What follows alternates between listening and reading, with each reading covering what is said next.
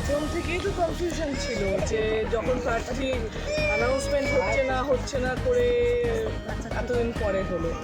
তারপর 2-3 দিন ধরে যখন থেকে আরও একজন ফাইল করেছে তখন থেকেই সবাই বুঝতে পারছিল যে এটার মধ্যে কোনো ডাউট আছে ওদের, তাই জন্য আরেকজনকে ফাইল করিয়েছে। তারপরেও আমার ধারণা যে বিরোধী হলেও আমার খারাপ লাগছে, কারণ একটা মানুষ যখন প্রার্থী হয় তার একটা মেন্টাল প্রিপারেশান থাকে, সে লড়বে, জিতবে না জেনেও লড়বে, কিন্তু লড়ারও একটা তো সেট আপ থাকে না। শুধু আমি কি করেছি আমি না করেছি এই কথা বলা ছাড়া, শতাব্দীরা এই করি, শতাব্দীরা শাড়ি পরি, শতাব্দীরা গান গাইছে, এই কথাগুলো বলা ছাড়া উনি কী করেছেন আমার জানা নেই।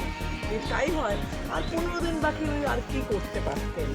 কিন্তু আমি আবারও বলছি আমার খারাপ লাগছে, তবে এটা একটা কথা যে উনি লড়লেও আমি জিততাম, উনি নাও লড়েন তাহলেও আমি জিতব।